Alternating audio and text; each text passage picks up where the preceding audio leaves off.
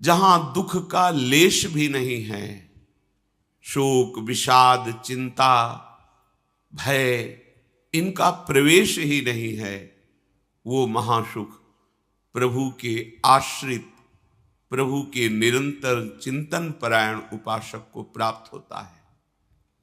उस उपासक को कभी भी किसी भी तरह की ना जीवन निर्वाह की चिंता करनी पड़ती है, ना परम पद की चाह ही करनी पड़ती है। जैसे पिता की संपत्ति पर पुत्र का स्वयं अधिकार हो जाता है, ऐसे भगवदाश्रित अनन्य चिंतन परायण सुख दुख को समान भाव से सहने वाला उपासक परम पद का अधिकारी स्वयं हो जाता है। आवश्यकता है जो श्री भगवान कह रहे हैं कि मेरा तुम अनन्य भाव से आश्रय स्वीकार करो। अन्य भाव ही माया है और अनन्यता ही भक्ति का स्वरूप है। प्रायः सब भक्त ही हैं, क्योंकि हमारी दृष्टि में हमारे प्रभु के सिवा कोई है नहीं, तो सब भक्ति कर रहे हैं। कोई विषय की, कोई पुत्र परिवार की, कोई धन की, कोई मान प्रतिष्ठा की। मेरे प्रभु ही सब रूपों में हैं, पर ये ना जानने के कारण अन्य भावों का आरोप कर लेने से दुर्गति हो गई। मेरे प्रभु ही हृदय में विराजमान हैं, पर उनकी महत्वता, उनकी महिमा को विश्वासपूर्वक ना स्वीकार करने के कारण हमारा हृदय आनंद सिंधु में नहीं डूब पा रहा। नाना प्रकार की चिंताएं, क्लेश, अशांति, अभाव ये हमें सताए जा रहा है, जबकि पूर्ण कृपा सिंधु, आनंद सिंधु हमारे हृदय में ही विराजमान है। तो हमारी कहीं त्रुटि हो रही है। नहीं, हृदय में विराजमान प्रभु और दीनता, दुख, भय, विषाद, ये दीनता भक्ति जनित नहीं, विषय दीनता, अभाव जनित दीनता। जो भक्ति की दीनता होती, भाव की चरम सीमा है वो, लेकिन ये दीनता विषय प्राप्ति के लिए, कामनाओं की पूर्ति के लिए दैन्य हुआ भटक रहा है, जबकि सर्व सामर्थ्यशाली, सर्व सुख सिंधु प्रभु हमारे समीप हैं। हमें क्यों अनुभव में नहीं आ रहे? आनंद सिंधु मध्य तो भाषा, फिर हम क्यों आनंद की खोज विषयों में कर रहे हैं? अज्ञान के कारण, अविद्या के कारण। उस अज्ञान अविद्या की निवृत्ति कैसे होगी? मामेव ये प्रपद्यन्ते माया में ताम तरन्ति ते। जो मेरी शरण में आ गया वो माया अविद्या से तर गया, उसके अज्ञान का नाश हो गया। तो प्रभु की शरणागति का स्वरूप क्या है? सर्वभाव से अपने प्रभु को प्रसन्न कर लेना। भगवान वर्णन करते हैं, अनन्यास चिंतयन्तो माम ये जनाः पर्युपासते। मेरी सर्वभाव से उपासना, मन से, वचन से, कर्म से, प्रत्येक चेष्टा से, केवल एकमात्र उपासना का तात्पर्य अपने प्रभु के समीप रहना।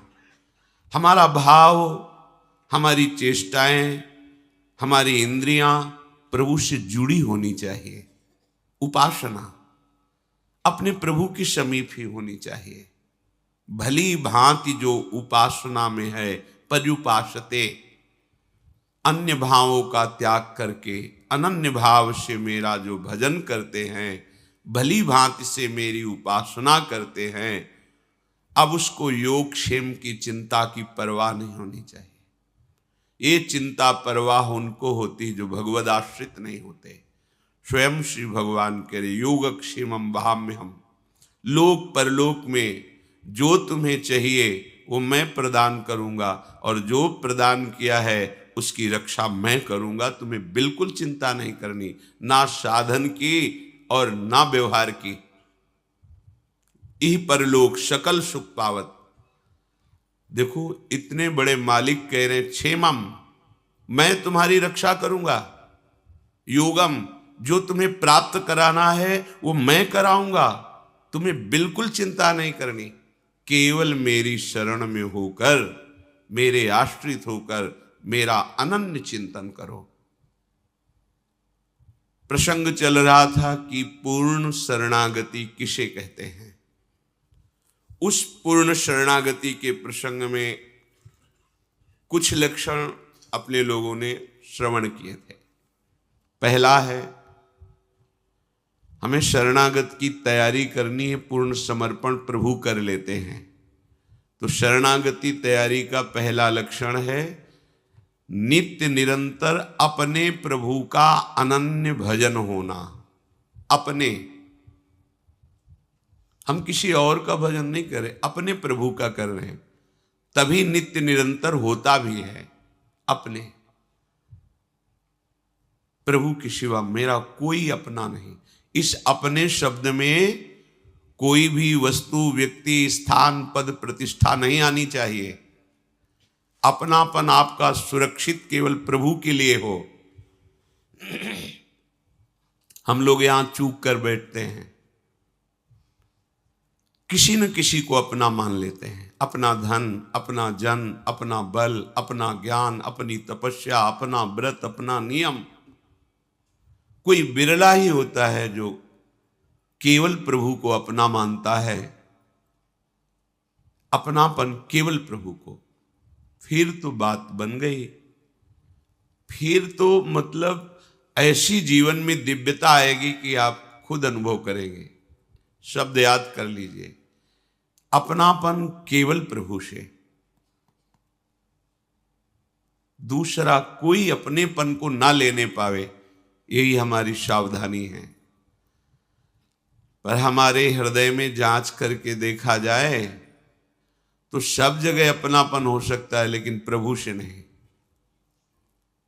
तो कैसे जांच की जाती है हृदय की, जिससे हम ये जान पावे कि प्रभु से अपनापन है या किसी वस्तु व्यक्ति से?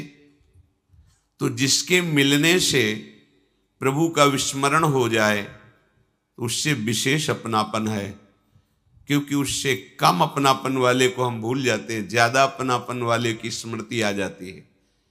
यदि किसी व्यक्ति, वस्तु, पद, प्रतिष्ठा, स्थान की प्राप्ति पर अपने प्राण प्रीतम प्रभु का विस्मरण हो जाए तो अभी अपनापन हम पूरा नहीं दे पाए।